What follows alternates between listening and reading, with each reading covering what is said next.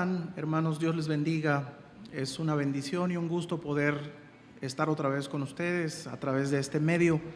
Hoy tenemos nuestra 10ª entrega de la serie de Romanos que hemos estado llevando, gracias a Dios. Aproveche la oportunidad para poder saludarse entre ustedes ahí en línea, por lo menos darse un abrazo virtual, saludar a los hermanos que están conectados también. Es una buena oportunidad en lo que buscamos nuestra cita bíblica, que es en Romanos capítulo 5, versículo 12 en adelante. Aproveche la oportunidad, envíese saludos y bendiciones, por lo menos para estar enterados de que todos están bien, todos están conectados. Saludos a nuestros hermanos que nos miran también desde otras partes, otros estados de la República. Dios los bendiga, Querétaro, Sonora, el Distrito Federal, Mérida, y por supuesto aquí en la ciudad y las iglesias también que nos hacen el favor y la bendición de escucharnos. Romanos capítulo 5, versículo 12. No te resistas, nada es para siempre, excepto el cielo y la tierra. Todo se escurre, y todo el dinero no comprará otro minuto. Todo es polvo en el viento. Todo lo que somos es polvo en el viento. La letra de esa canción la escribe un pastor evangélico hoy día. Lo curioso es que cuando escribe esta canción al final de los 70s, él no era creyente aún, y era su manera de percibir la realidad de lo temporal de la vida, lo efímero de todo. La vida pasa muy rápido, los planes que uno se plantea, los hijos crecen muy rápido, y no estaba del todo equivocado. Se parece mucho a la reflexión del Eclesiastés. Y el apóstol Pablo evoca esta idea, no para señalar que no vivimos sin propósito, sino que la vida es una oportunidad para poder conocer y exaltar mucho más los beneficios de la justificación de Cristo. Así que veamos de qué se trata esto. Romanos capítulo 5, versículo 12, dice de la siguiente manera: por tanto, como el pecado entró en el mundo por un hombre, y por el pecado la muerte, así la muerte pasó a todos los hombres, por cuanto todos pecaron. Pues antes de la ley había pecado en el mundo, pero donde no hay ley no se inculpa de pecado. No obstante, reinó la muerte desde Adán hasta Moisés, aun en los que no pecaron a la manera de la transgresión de Adán, el cual es figura del que había de venir. Subraye eso. Pero el don no fue como la transgresión, subraye, pero el don no fue. Porque si por la transgresión de uno murieron los muchos, abundaron mucho más, subraye también eso, para los muchos la gracia y el don de Dios por la gracia de un hombre, Jesucristo. Y con el don no sucede como en el caso de aquel uno que pecó, porque ciertamente el juicio vino a causa de un solo pecado para condenación, pero el don vino a causa de muchas transgresiones para justificación. Pues si por la transgresión de uno reinó la muerte, mucho más reinarán en vida por uno solo, Jesucristo, los que reciben la abundancia de la gracia y del don de la justicia. Así que por la transgresión de uno vino la condenación a todos los hombres, de la misma manera, por la justicia de uno vino a todos los hombres la justificación de vida. Porque así como la desobediencia de un hombre, los muchos fueron constituidos pecadores, eso es importante, así también por la obediencia de uno, los muchos serán constituidos justos. Pero la ley se introdujo para que el pecado abundase, mas cuando el pecado abundó, sobreabundó la gracia, para que así como el pecado reinó para muerte, así también la gracia reine por la justicia para vida eterna mediante Jesucristo, Señor nuestro. A primera vista, el texto presenta una analogía de opuestos, una comparación entre dos representantes de la humanidad.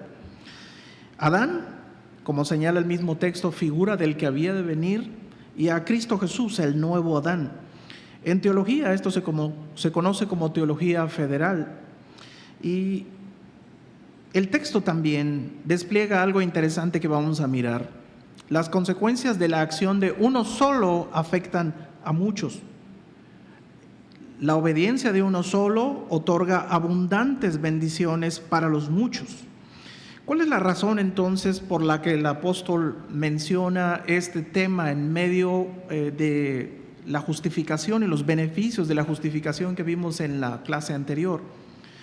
Bueno, si nosotros queremos resolver un problema matemático, lo primero que tenemos que analizar es valorar cada uno de sus componentes y comprender mejor de qué se trata para valorar y llegar a una resolución correcta y verdadera.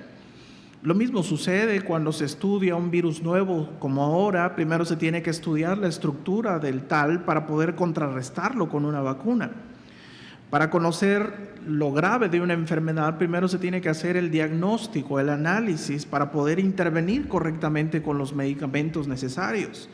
De esa misma manera, el apóstol parece que introduce este tema en medio de los beneficios del Señor, como para poder indicar primero las cosas del lado B, los aspectos negativos de la vida en la que nosotros estamos para los lectores, para sus receptores, pero lo hace con la finalidad de que podamos entender la magnitud de la justificación de Cristo.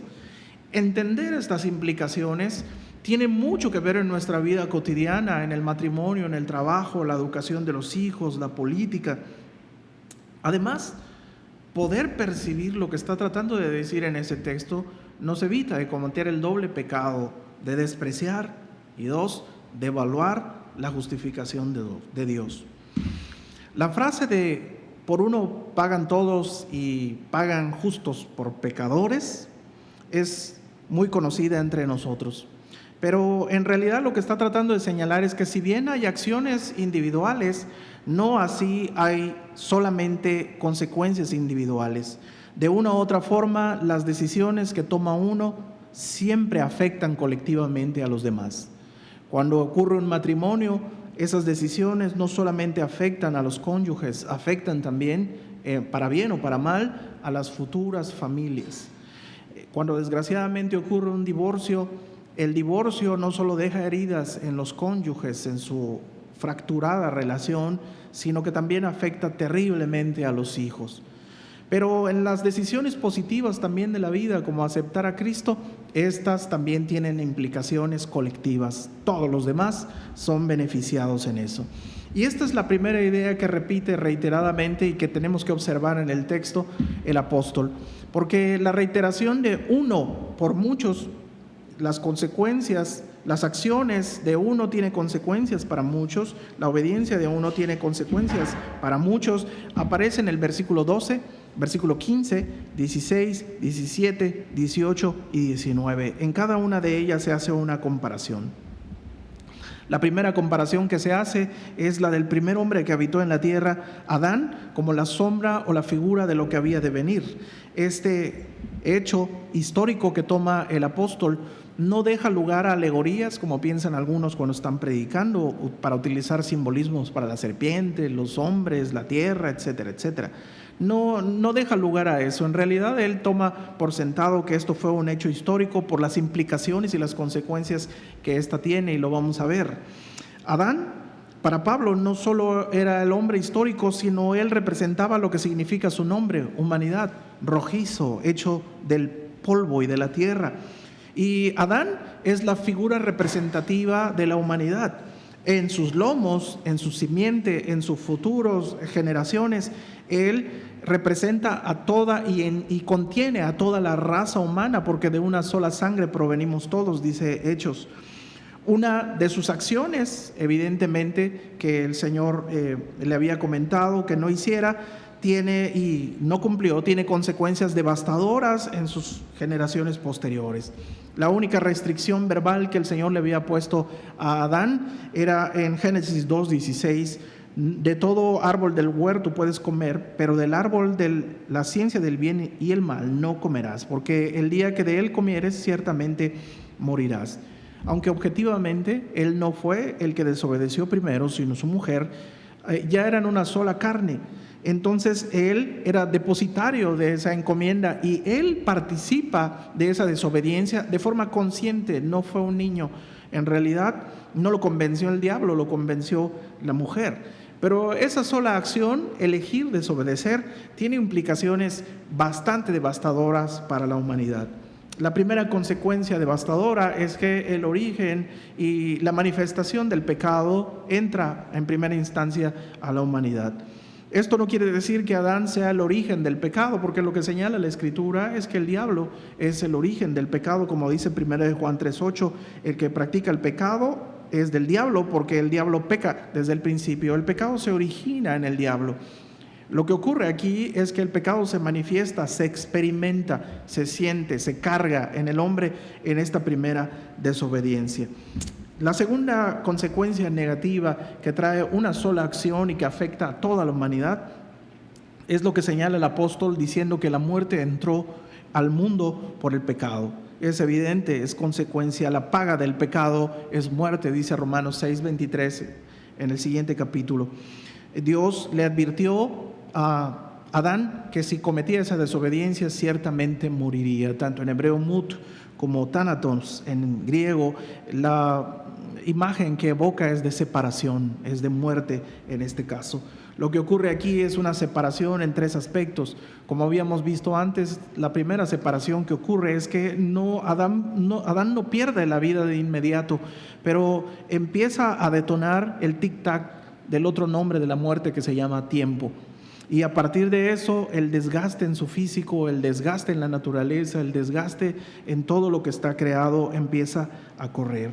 Este desgaste físico deviene en enfermedad y entra en el mundo, así como habíamos visto en la primera sesión del capítulo 8, que Dios maldijo a la tierra y esta evidentemente tiene que producir espinos, abrojos, virus, polvo, todo lo que ocurre, todo lo que existe genera enfermedades, los animales, el agua, el polvo.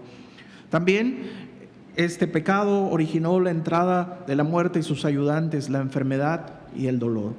A partir de ese momento no solo sufre dolor físico el hombre, sino dolor mental a través de la angustia por la culpa y el arrepentimiento. También entra el dolor espiritual. En este sentido, el hombre no solo sufre cuando está enfermo, sufre la culpa, sufre las consecuencias de sus malas acciones.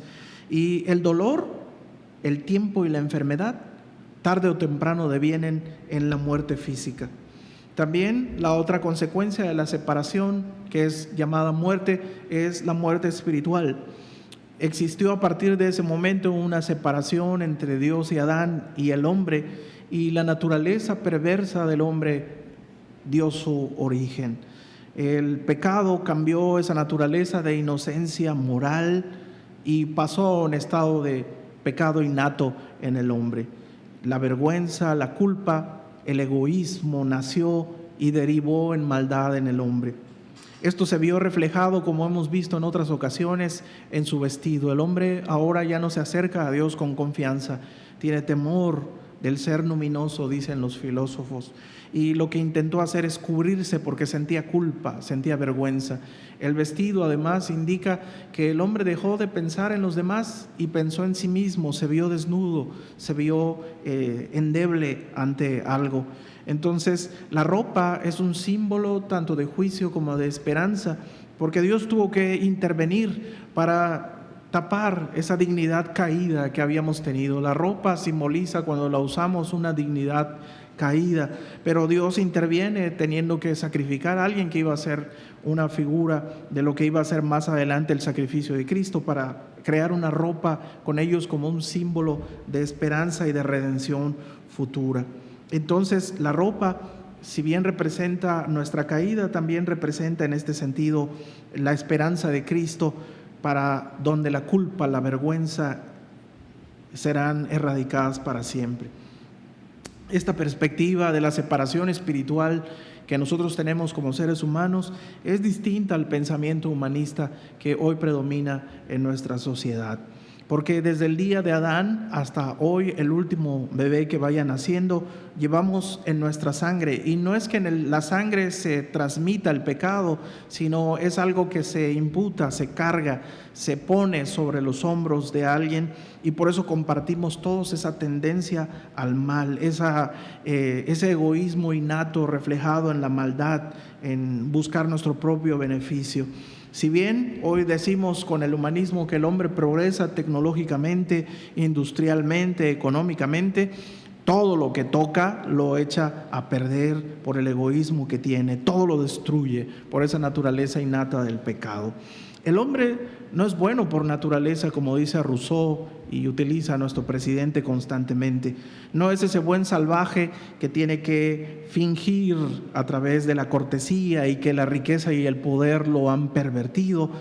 Y lo que trataba de decir es que el hombre es bueno por naturaleza y el medio ambiente es quien lo contamina. No, la Escritura es enfática en el texto que leímos en el versículo 12, por cuanto todos pecaron.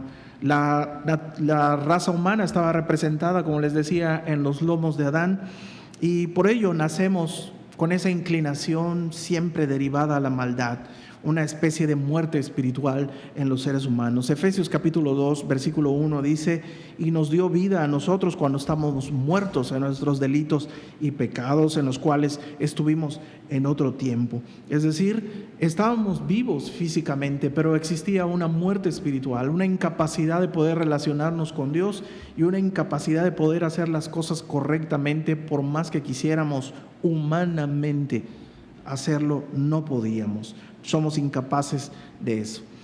La tercera forma de separación, consecuencia del pecado, muerte eterna, la muerte espiritual, en Apocalipsis denominada la muerte segunda. Hay una separación definitiva de la gracia y de la misericordia de Dios, y lo único que está presente y estará presente en esta última separación es la ira y el juicio de Dios en el infierno o el lago de fuego.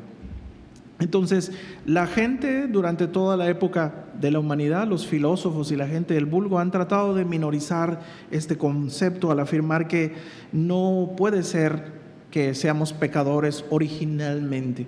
Incluso hoy las iglesias contemporáneas y nuevas, emergentes, llaman dignificar al pecador y no están muy de acuerdo con lo que el apóstol Pablo señala. Pero el apóstol Pablo los deja sin argumentos por la siguiente consecuencia, que es irrefutable. Vea lo contundente de la afirmación.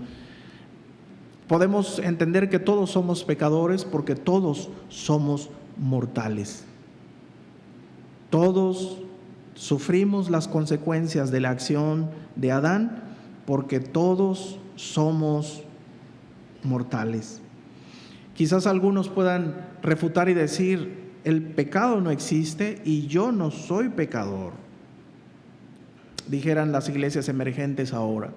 O algunos, como los socialistas, dijeran que el pecado es una invención de la religión para poder someter a la gente. Y quizás la psicología o quizás las ciencias humanistas puedan decir que no se es pecador y se es una tabula rasa, un animalito inocente, dicen los humanistas. Pero ninguno puede negar, ni ellos mismos, ni usted, ni yo, ni nuestros hijos, que todos somos mortales, candidatos a la muerte. Las consecuencias de una sola acción hicieron que nuestros cuerpos se desgasten y sean camino directo a la muerte. Por eso dice el apóstol contundentemente: todos pecaron. Eso es lo que da evidencia de que somos pecadores, porque todos somos tendientes a la muerte. Y la evidencia contundente es que la tierra está llena de tumbas. El polvo de la tierra se mezcla con el polvo de lo que alguna vez fueron seres humanos. El camello negro de la muerte se arrodilla una sola vez en cada puerta y cada mortal debe montarse sobre él para no regresar nunca más. Reza un proverbio oriental. ¿Quién puede negar la realidad de la muerte? ¿Quién puede negar lo doloroso que es esa realidad cuando toca a la humanidad sin interrupción y sin excepción? No lo entendemos, no lo vemos, pero nadie puede detenerla. Toda persona en todo lugar, de todo estrato social, de toda condición intelectual, tiene que sucumbir un día ante ella. Por más eufemismos que podamos hacer para poder embellecer esta realidad o a este ente llamado muerte, como dormir, descansar, partir, no dejan de ser dolorosas y horrorosas. Somos polvo en el viento, dice esa canción con la que iniciamos. Y lo mismo expresa el Salmo 103:5, El hombre, como la hierba son sus días, florece como la flor del campo, que pasó el viento por ella y pereció, y su lugar no lo conocerá más. El apóstol Pedro también utiliza esa referencia en primera de Pedro 1:24 y dice: porque toda carne es como hierba, y toda la gloria del hombre como la flor de la hierba se seca y la flor se cae. La muerte es la no posibilidad para los filósofos existencialistas. Somos, como dice Heidegger en Ser y Tiempo, un ser para la muerte. Ese descubrir que somos un ser solamente destinado, lo único seguro para la muerte, provoca la náusea, desesperación y angustia para los existencialistas ateos. La muerte es universal, entonces nadie se escapa, excepto Enoc y Elías, como marca la Escritura. Entonces, lo que tratamos de decir aquí, lo que pretendemos ver, es que el pecado, la naturaleza pecaminosa que nosotros tenemos y cargamos en nuestros hombros, no es porque nosotros hayamos violado la ley primero, o por nuestros pecados de acción o nuestros pecados de omisión, siendo ya responsables, sino que en realidad esta situación de la muerte en nosotros es culpa del primer pecado de Adán. Entonces, la gente aún, por eso argumenta en el versículo 13, que la gente, aún cuando no tenía la ley de Moisés, desde Adán a Moisés, la gente moría para evidenciar que realmente era pecadora. Aún cuando no existía ley, los bebés siguen muriendo. Lo que trata de decir aquí es que el pecado de Adán es más importante en este sentido que los pecados individuales de los seres humanos. No nos justifica, pero lo que evidencia es que una sola acción trajo como consecuencia en este sentido la muerte no solo de Adán, sino la muerte de todos los seres humanos, para poder dar a entender que solamente una sola acción de Cristo Jesús también trajo beneficios para muchos. Entonces, la degradación humana se debe al pecado de Adán y no a los pecados individuales.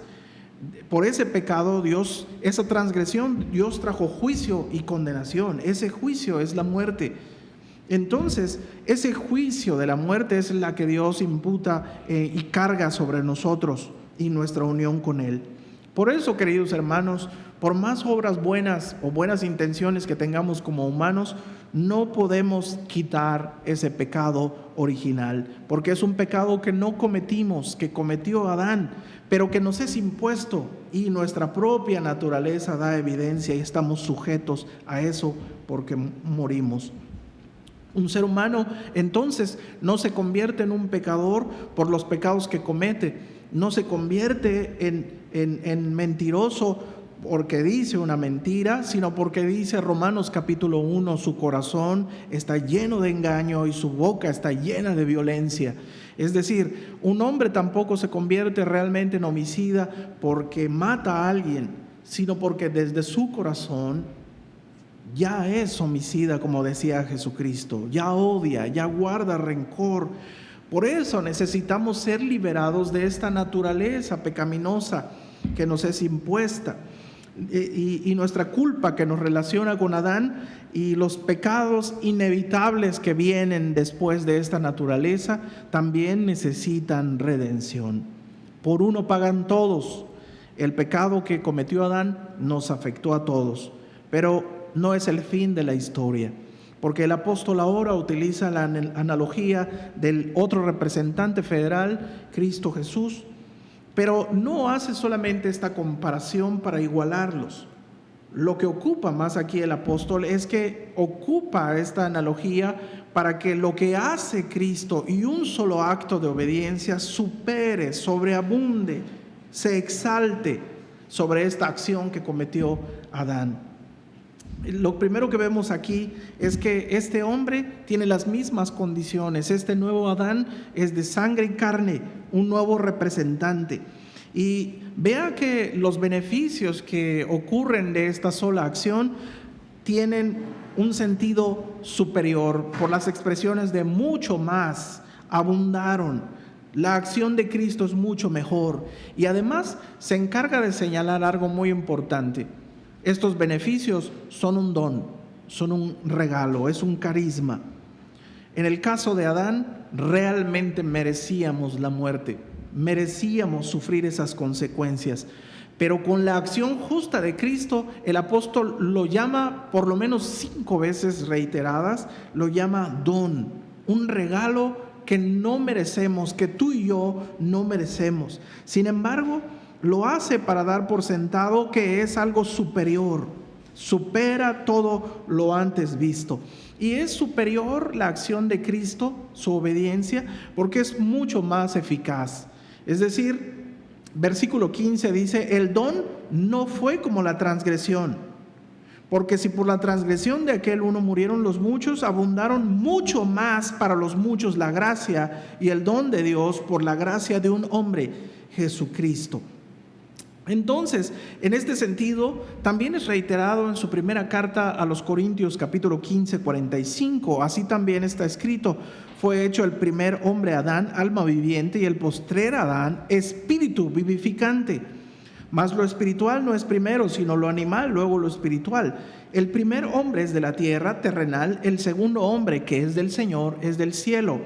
¿Cuál el terrenal? Tales también los terrenales. Así como el celestial, tales también los celestiales. Adán pecó y fue devastador, y su efecto en este caso tuvo una sola dimensión de consecuencias: la muerte para todos. Pero un solo acto de obediencia de Cristo es más eficaz, porque no solo trajo una consecuencia negativa, trajo consecuencias muchas, multidimensionales, positivas. Una de ellas es que restaura esa vida de inocencia y santa, porque en el momento en que Cristo nos justifica, restablece esa santidad en nosotros. Por eso nos llamamos santos y somos llamados a ser santos, inclinados ahora a hacer el bien. Antes no podíamos. Hoy Dios pone en nosotros por su Espíritu Santo ese deseo de hacer el bien. También el apóstol lo llama no solo alma viviente como Adán, sino espíritu vivificante, es decir, aquel que implanta vida. Espíritu vivificante, Él da vida espiritual, y además vamos a ver que el otro beneficio es vida eterna. Cristo rompe en este sentido el poder del pecado y la muerte. El contrario es imposible: la muerte y el pecado. Ellos no pueden romper el poder de Cristo. Y el apóstol lo dice enfáticamente y de manera orgullosa en 1 Corintios 15, 54, y dice: y cuanto esto corruptible se haya vestido de incorrupción, y esto mortal se haya vestido de inmortalidad, entonces se cumplirá la palabra que está escrita: sorbida, es decir, devorada es la muerte en victoria. ¿Dónde está, oh muerte, tu aguijón, o el pecado? ¿Y dónde, oh sepulcro, tu victoria? Ya que el aguijón de la muerte es el pecado, y el poder del pecado la ley. Mas gracias sean dadas a Dios, que nos da la victoria por medio de nuestro Señor Jesucristo. La obediencia de Cristo, una sola acción, su vida, hermanos, en este caso, es mucho más eficaz y tiene consecuencias beneficiosas, multidimensionales en nosotros, porque si la condenación del pecado de Adán es reversible, la redención de Cristo Jesús es irreversible. Además, no solo es eficaz, sino que su alcance es superior. Vea lo que dice el versículo 16, Romanos 5, 16. Y con el don no sucede como en el caso de aquel uno que pecó, porque ciertamente el juicio vino a causa de un solo pecado para condenación, pero el don vino a causa de muchas transgresiones para justificación. Un solo acto de Cristo en la cruz perdona muchas transgresiones. ¿Se da cuenta? Y esta es una gran noticia. Después, el apóstol señala que el sacrificio de Cristo tiene enormes beneficios. No solo es eficaz y tiene mucho alcance superior, perdonando muchos pecados, sino beneficios. El versículo 17 dice: porque si la transgresión de uno solo reinó la muerte, mucho más reinarán en vida. Antes no podíamos hacer nada en contra del reino de la muerte. Ahora en vida el apóstol parece que nos dice que podemos reinar en vida por uno solo. No lo gané yo, lo ganó Él, Jesucristo. Y los que reciben la abundancia de la gracia y el don de la justicia. Y esta es la historia central de Romanos. La mayoría de los comentaristas enseñan que en el capítulo 5, 6, 7 está la parte central de esto. Cristo vino a remediar esta situación terrible de la condenación del pecado, que es la muerte, y presenta sublimemente la gracia abundante y la justificación delante de Dios. La justificación entonces, hermanos, es esa justicia imputada instantánea. Y empieza un proceso de gracia llamado santificación que corre día con día, como hemos visto, con la ayuda de Dios todo el tiempo hasta nuestra glorificación. El propósito de este pasaje no es enfatizar por qué los seres humanos mueren, sino establecer que una sola acción de un hombre tiene consecuencias devastadoras para la humanidad, pero también la única acción de Cristo tiene muchos y múltiples beneficios, y lo hace con la finalidad de poder exaltar el valor de la justificación de Cristo. Justificación y santificación para los creyentes, hermanos, son resultado de Cristo. Es importante entender esto, porque a veces, hermanos, podemos recibir la justificación, pero buscamos nuestra santificación por otros medios. Lo hemos visto en las dos clases anteriores. Ahora, ¿para qué nos sirve conocer este capítulo 5 a estas alturas de nuestro cristianismo, en medio de la pandemia, en medio del dolor, donde la muerte acecha y estas garras horribles hacen que sintamos su realidad y están presentes? A veces, como creyentes, lo único que exigimos es: dame palabras de consuelo, dame palabras de ánimo en medio de la pandemia. No me hables de muerte, no me hables de pecado, porque me pone deprimido.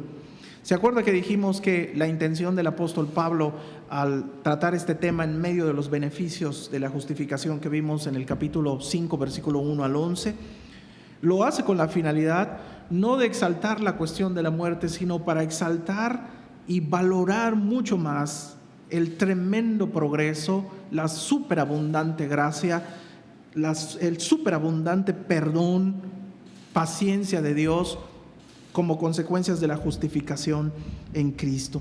Conocer esta doctrina llamada pecado original, la doctrina del pecado original, y recordarlo cada día, tiene consecuencias, les decía yo, e implicaciones en nuestra vida diaria. Debe provocar en cada uno de los creyentes, número uno, una humillación y un quebranto en nosotros. Conocer el estado de nuestra naturaleza pecaminosa, hermanos, de pecado original, nos humilla, nos quebranta, quita lo soberbio que podamos tener nosotros al pensar, o podemos pensar que somos buenos. Como decía C.S. Lewis en alguno de sus libros, decía que cuando uno piensa de sí como bueno y mejor o de progreso, son los peores momentos que podemos tener como seres humanos. Por eso, la doctrina del pecado original quebranta nuestra soberbia y orgullo de creernos ya en un estándar suficiente. Yo mismo no pretendo haberlo alcanzado todo, señala en reiteradas ocasiones el apóstol. Reconocer que no solamente hago cosas malas, sino que soy malo y que todavía comparto y que todavía lucho con esa naturaleza de pecado que heredé de Adán. Y me doy cuenta con eso, hermanos, esa es la primera lucidez que debe tener una persona cuando se acerca a Cristo, darse cuenta que por más que intente él, no puede lograr alcanzar el estándar de justicia de Dios. Por lo tanto, no necesitamos solo algunos paliativos o algunas aspirinas para quitar esos hábitos desagradables que tenemos, con la que nos excusamos todo el tiempo para no ser un buen trabajador, un buen esposo, un buen hijo, un buen ministro. Saber que soy malo quita de mí esa idea de que es el entorno lo que me hace ser y reaccionar como soy, y que pensamos que solo necesitamos un acondicionamiento operante, tener las condiciones propicias, económicas, de salud, de entretenimiento, para que yo pueda dar lo mejor de mí. Es decir, somos malos y el yoga no puede quitarme la ansiedad, no puede quitarme el estrés, no puede quitarme el carácter que tengo. Las terapias de pareja no pueden liberar al problema y a la bestia y al pecado que llevamos dentro de nosotros. Nos hace ver que necesitamos crucificar, y como dice el apóstol en Colosenses, necesitamos morir a nuestra vieja naturaleza. Nos hace darnos cuenta que no es tampoco la educación universitaria, no es la 4T lo que hace buenas a las personas, no es una iniciativa política lo que hace buenas a las personas. Lo que nosotros necesitamos es lo que dijo Cristo a Nicodemo: necesitas nacer de nuevo. Y nos pasa a veces como Nicodemo: ¿cómo siendo viejo puedo entrar en el vientre de mi madre otra vez? A veces podemos crecer en el Evangelio y recibimos una herencia pentecostal porque desde niños corríamos en la iglesia y escuchamos canciones y sermones y con ello creemos que somos creyentes.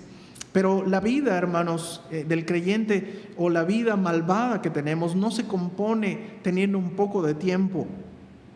Ni la religión heredada nos ayuda. La doctrina del pecado original nos humilla porque nos hace cambiar nuestra forma de vernos a nosotros y ver a los nuestros también. Nos libera de tomar malas decisiones con nuestros hijos. Porque si nos damos cuenta, nosotros no necesitamos enseñarles a ellos a ser malos.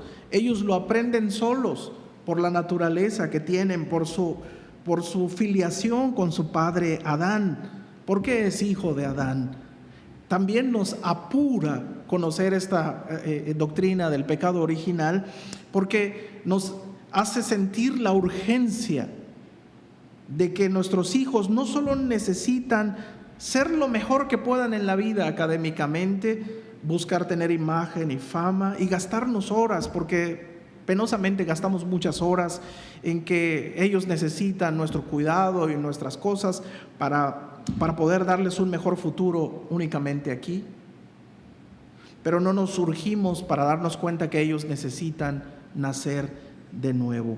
Se nos olvida que ellos y nosotros somos polvo en el viento y que la vida pasa muy rápido. Nos damos cuenta que nuestros hijos no necesitan terapias de intervención, no necesitan asesorías únicamente desde otra perspectiva. Tampoco necesitan, como a veces hacemos, una plataforma dentro de la iglesia para ayudarles a desarrollar su talento, y a lo mejor en una de esas mi hijo se compone y mi hijo o mi hija se convierten al evangelio, como hoy está sucediendo en casi todo el mundo, ¿verdad? Ella o él no solo necesitan nuestra comprensión, ella y él deben saber que deben morir a sí mismos y deben nacer de nuevo. Por eso esta doctrina del pecado original no es tan popular y no gusta escucharla y nos resulta ofensiva a veces porque pensamos: hey, te estás metiendo con mi vida, te estás metiendo en mi recámara personal. Pero en realidad, aun cuando no podamos entender la situación del pecado original y nuestra propia naturaleza pecaminosa, así es. Conocer este pecado original nos libera también para poder reducir la gravedad del pecado. Las consecuencias del pecado son la muerte, pero como dice John MacArthur, hay una especie de memoria que evita el pecado. Porque vemos las consecuencias tan cerca de nosotros del pecado original, con la muerte de un ser querido, el dolor que esto ocasiona en nosotros, y aún así de estarlo mirando estamos anestesiados porque parece que no queremos cambiar nuestro carácter, parece que no queremos cambiar nuestro pecado oculto. Vemos que la muerte es real y que la vida es muy corta para tomar una decisión por Cristo, pero aún así queremos seguir viviendo en el homosexualismo, viviendo en el lesbianismo, en el adulterio, en el odio, incluso dentro de la iglesia, y aún así no cambiamos. Reducimos la gravedad del pecado. Mi pecado no es tan grave ni tan difícil y la muerte no me va a tocar a mí, pero no es así. Hoy en tiempos de pandemia, Rusia, la India, Perú, Chile, tienen increíblemente, aunque estos últimos tienen menor densidad de población que México, tienen muchos más contagios, rebasan los 300,000, muchos más que México, pero increíblemente tienen una tasa del 5% de mortalidad, a diferencia del día de ayer en México, que tiene menos contagios y tiene una tasa increíble del 12% de mortalidad. A lo mejor podamos justificar que, a diferencia de esos países, México no tiene un protocolo de atención por este virus del COVID. Podemos alegar eso, pero lo que sí podemos mirar es que los mexicanos y nosotros reducimos la gravedad del pecado, porque México es el único país ridículo que presenta unos dibujos animados para poder enseñarnos en su proyecto de intervención para tratar la pandemia y la sana distancia a un grupo de 4 héroes, y utiliza héroes que son denominados marginados.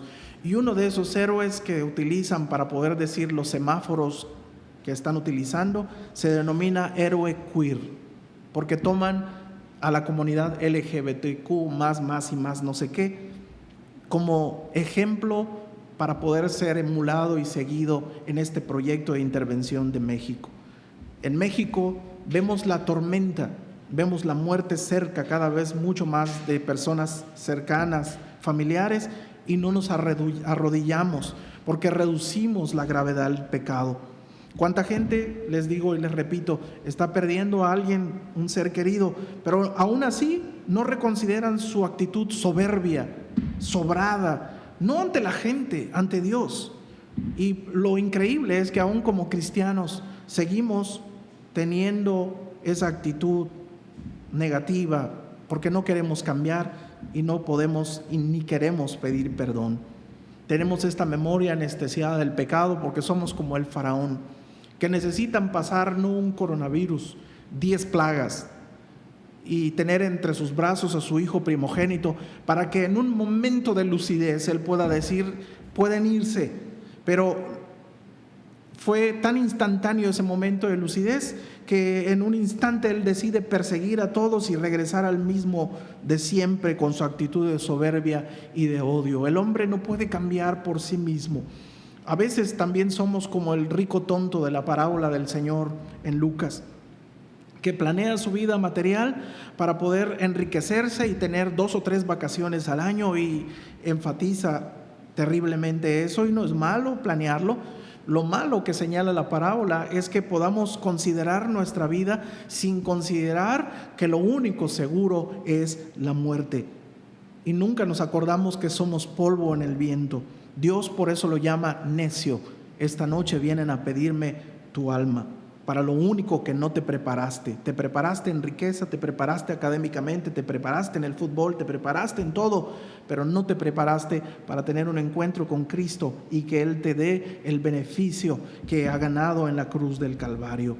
¿A cuántos de nosotros como cristianos a lo mejor nos esté pegando el asunto materialista en esta pandemia?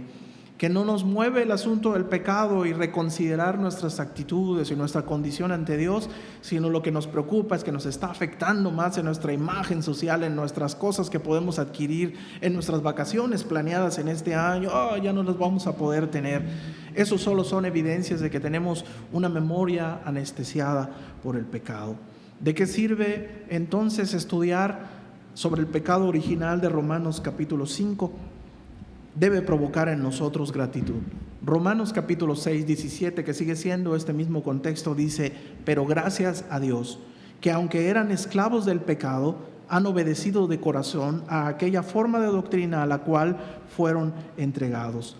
Conocer, hermanos, la herencia de Adán, pero también conocer el enorme beneficio de Cristo nos debe hacer más agradecidos.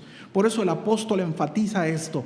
Es decir, en el capítulo 5 no solo dice que tenemos paz ahora con Dios, no somos sus enemigos, ahora somos sus hijos y sus amigos, que Dios nos ha dado su gracia, un acceso permanente día a día ante su presencia.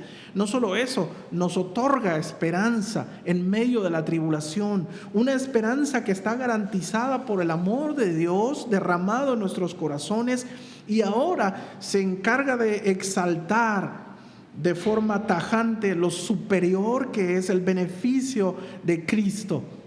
que quita cualquier ofensa del pasado, porque Él reitera: gracia abundante, perdón sobreabundante, amor generoso, esperanza alegre. Entonces nos damos cuenta que ya no solo somos polvo en el viento.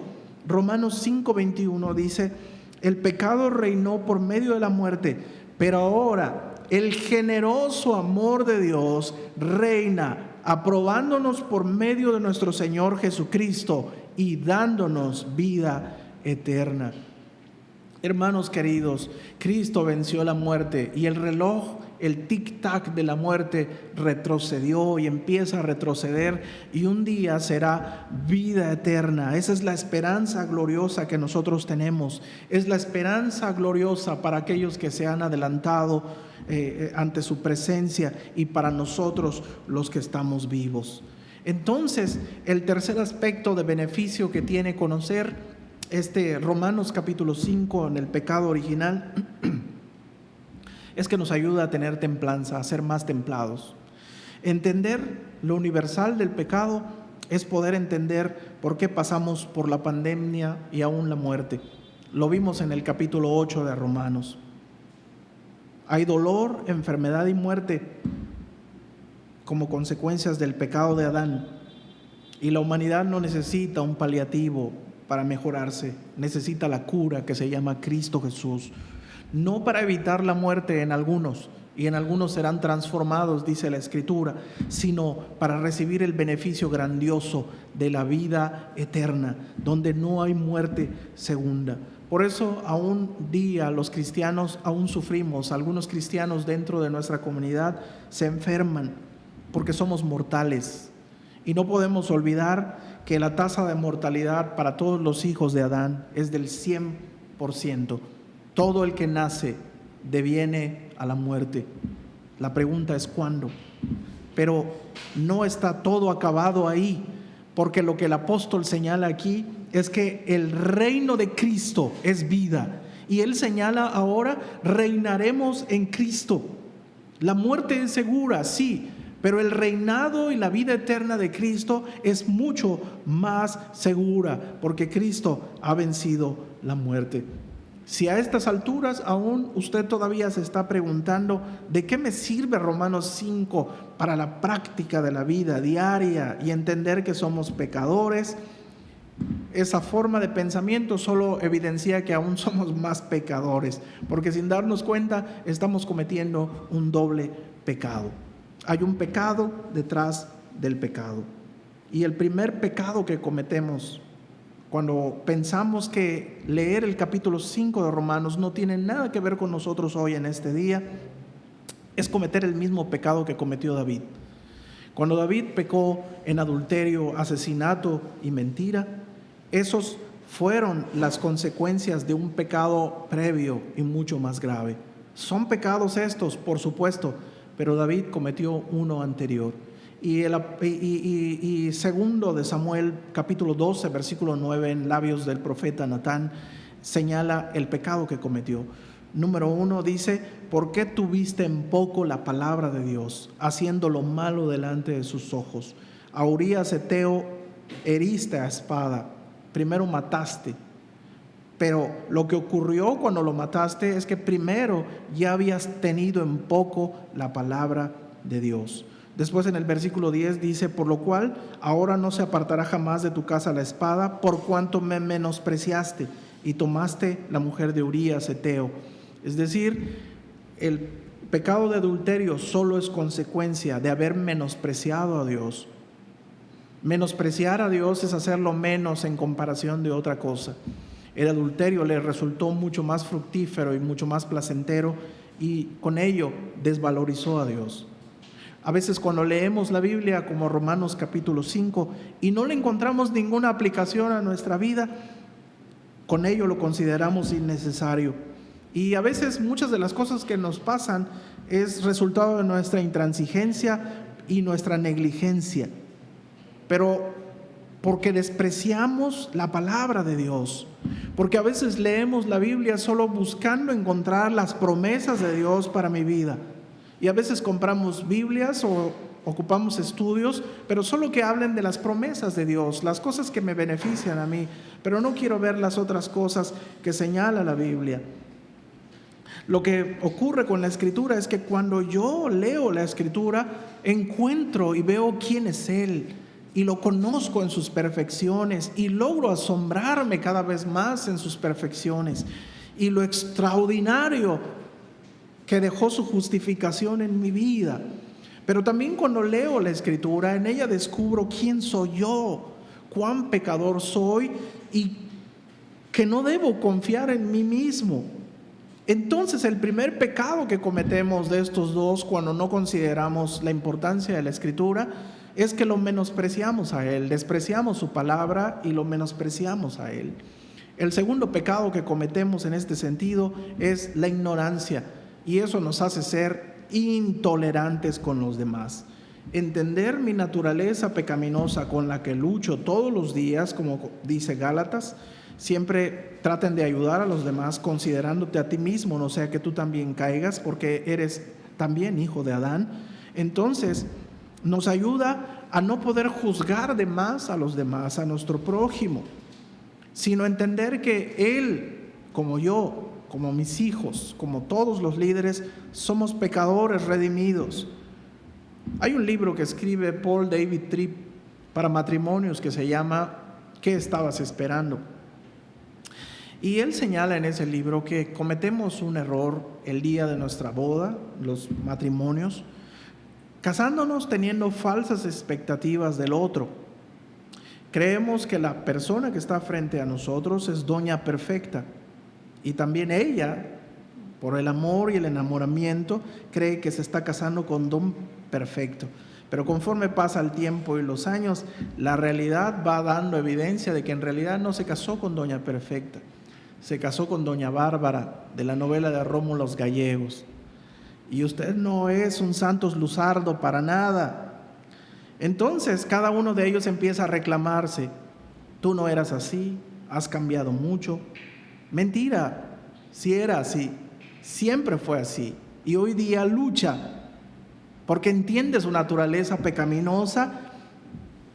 Y a veces ignorar eso nos hace ser intolerantes y no compasivos con doña Bárbara. Nunca pensamos en este sentido que ella es pecadora y empezamos a tratarla mal. Nunca pensamos que era un pecador frente a otro pecador, adquiriendo un compromiso en donde si a eso le unimos nuestra ignorancia y desprecio por la palabra, es una fórmula perfecta para el pleito constante. Y a veces pensamos que los pleitos nunca llegarán y que el amor lo puede todo. Pero entender que somos pecadores ambos en el matrimonio nos ayuda a cambiar nuestro lenguaje, nuestra actitud, nuestras ambiciones para con el cónyuge. Es decir, ella ya no quiere cambiarlo y hacerlo a su medida, así como era su papá, o cambiarla como ella quiere, como debe ser, como quiere ser. Y él también ya no desgasta sus energías para que ella sea como tiene que ser administrativamente, como tiene que ser en la casa. No, cuidamos también nuestro lenguaje cuando nos damos cuenta que somos pecadores. Ella ya no le dice, eres un inútil o me estás oyendo inútil. No, ella ya no le dice, tienes atole en la sangre porque no tienes ambiciones, porque no tienes ganas de superarte. Y aquel, como no puede defenderse ya con ella, ha optado por quedarse callado y lo único que hace es quejarse con los hijos. Y con los hijos les comenta, es difícil tratar con tu madre, mejor habla tú con ella, porque tú ya la conoces. Todas estas cosas evidencian nuestra naturaleza pecaminosa. ¿Sabe por qué? Ella es mi espejo y usted es el espejo de ella. La Escritura nos recuerda algo bastante interesante en Efesios. Así como Cristo los perdonó a ustedes, así ustedes también sean amables, tolerantes, benignos y perdonadores con los demás. Los matrimonios rotos en la vida cristiana solo son, hermanos, evidencia de nuestra intolerancia el uno al otro, porque desconocemos nuestra naturaleza pecaminosa. Es decir, queridos hermanos, pecamos por desprecio a Dios y pecamos por intolerantes consecuencia de la ignorancia de la palabra de Dios. Pero para terminar, el último beneficio que deja conocer Romanos capítulo 5 es que la acción de uno solo, lo que señalan los versículos que leímos de Jesucristo, nos garantiza que un solo acto de Cristo, hermanos, es suficiente para perdonar todos nuestros pecados, pecados pasados, presentes y futuros. El tema en este sentido del apóstol que va a tratar en el capítulo 6 es un gran alivio para nosotros conocerlos. No hay pecado tan grande que Dios no pueda perdonar, decía una canción de Mitzvah en los 90.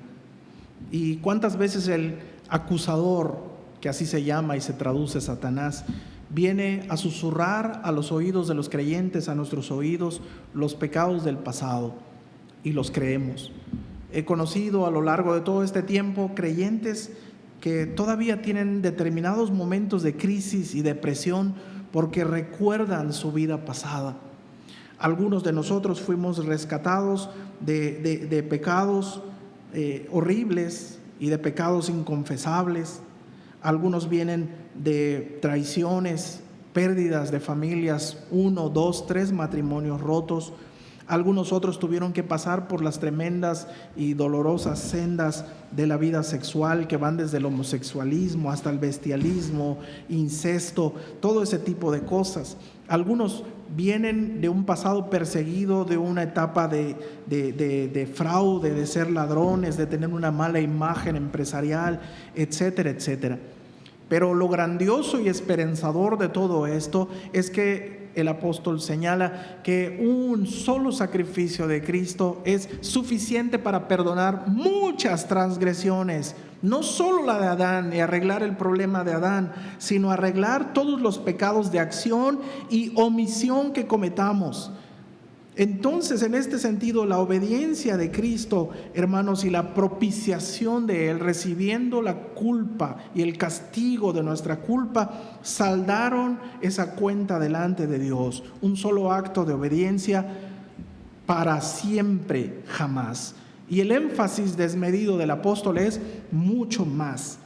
Y si Dios, hermanos queridos, redimió a Rahab, perdonó a David, salvó a Pablo, te salvó a ti y me salvó a mí, qué alegría que ha perdonado en este sentido todos nuestros pecados pasados, presentes y futuros, y hoy promete en el sentido de reinar en vida con Él, una vida abundante, plena, feliz. Y puedo gloriarme en medio de las tribulaciones, porque esto es lo importante, que Él ha perdonado todas nuestras transgresiones, que a pesar, como dice Primera de Corintios y el capítulo 4 que leímos de Romanos, que pueden haber tribulaciones, nosotros podemos gozarnos en medio de ellas, porque tenemos por certero y seguro su perdón y su justificación en nuestra vida. Gracias al grande beneficio de Cristo, hermanos, ya no solo somos polvo en el viento. Ahora, gracias a Él, como dice el versículo 21, somos eternos, y canta Renato Bisuet, simplemente soy eterno, gracias a Él.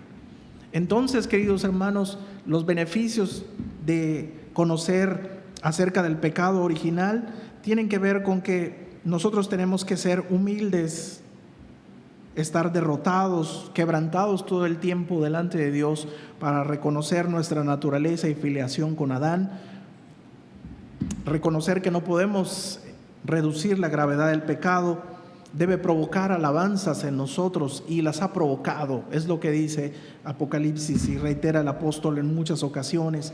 Nos tiene que volver templados en una época bastante complicada como la que estamos viviendo, y nos da una esperanza de vida eterna, pero también nos compromete a ser tolerantes con los demás, darnos cuenta que todos los demás, nuestros hijos, nuestro esposo, nuestra esposa, también son pecadores y están sujetos al proceso de santificación, pero también nos da una esperanza muy alegre para nosotros, que es, hermanos, saber que somos perdonados por más difíciles que hayan sido nuestras transgresiones. Así como está usted ahí en su casa, incline su rostro y damos gracias a Dios por esta oportunidad que nos da de poder escuchar su palabra.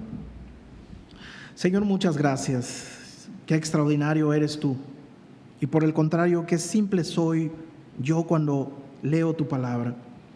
Porque muchas veces he pasado por ese capítulo y nunca reparé en entenderlo así. Y no valoré el glorioso beneficio que me has dado en esta vida. Soy justo, Señor, perdonado gracias a ti, porque has derrotado mi naturaleza pecadora y mis pecados de acción también, Señor, fueron perdonados y son perdonados por tu muerte en la cruz. ¿Qué más puedo pedir, Señor? Hoy, con gratitud y humildad, venimos ante ti para que recibas nuestra adoración y nos aceptes tus hijos siempre. Ayúdanos en medio de esto, Señor, a vivir la plenitud de la esperanza gozosa, aun cuando no lo entendamos en medio de esta pandemia.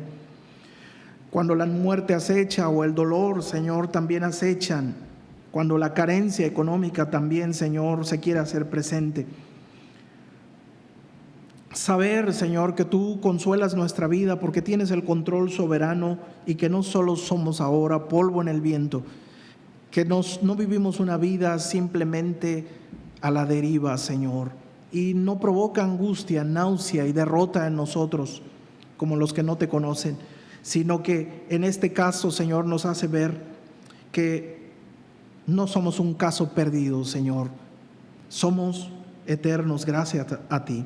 Y en esta noche te pedimos, Señor, por los que sufren y ahora mismo están enfermos, para que tengas misericordia, Señor Jesús, y les des otra oportunidad para que puedan valorar cada vez más, Señor, el don de la vida eterna que nos has dado y tu justificación. Guarda, por favor, a tu pueblo de sobresaltos. Guarda, por favor, a cada miembro de Fuente de Vida que pueda tener temor al futuro. Guarda a los estudiantes en medio de su temor, Señor, ahora que emprenden y deben emprender nuevos futuros en el trabajo, en una escuela nueva. Guárdalos del temor al futuro, al saber que tú tienes todo bajo control. Te pedimos que cubras, Señor, a nuestros pastores de toda la nación y a nuestros pastores de la iglesia. Cuida, por favor, a los líderes. Cuida, Señor, te pedimos a todos los que sufren y a todos los que pasan por dificultades de Fuente de Vida y nuestras iglesias hermanas. Te lo pedimos en el nombre de Cristo Jesús. Muchas gracias. Recibe la gloria, la honra y la alabanza. Si tiene oportunidad ahí donde está en su casa y puede levantar sus manos y decirle: Señor, muchas gracias por la justificación, el perdón de Cristo, que vale mucho más que todas las cosas que podamos tener. Gracias, Señor, porque tu palabra me ayuda a no despreciarte y a no rebajar el gran valor de tu justificación en mi vida. Muchas gracias. Con estas manos levantadas, Señor, te pedimos que tengas misericordia de todos nosotros en el nombre de Cristo Jesús. Amén y amén. Muchas gracias, queridos hermanos. Por favor, mándense saludos, dense un abrazo fuerte, esténse pendientes todos. La próxima semana hay una nueva transmisión que el pastor les estará comentando y nos vemos, Dios mediante, en las siguientes actividades que tengamos. Un abrazo fuerte, Dios les bendiga. Gracias. Muy bien, amigos y hermanos, les invitamos que nos siga por medio de esta modalidad que estamos llevando a cabo.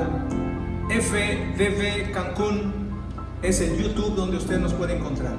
Ahí están nuestros programas, ahí está todo lo que hacemos, así que te invitamos, FDV Cancún. Síguenos, que Dios te bendiga. Hasta la vista, abrazos.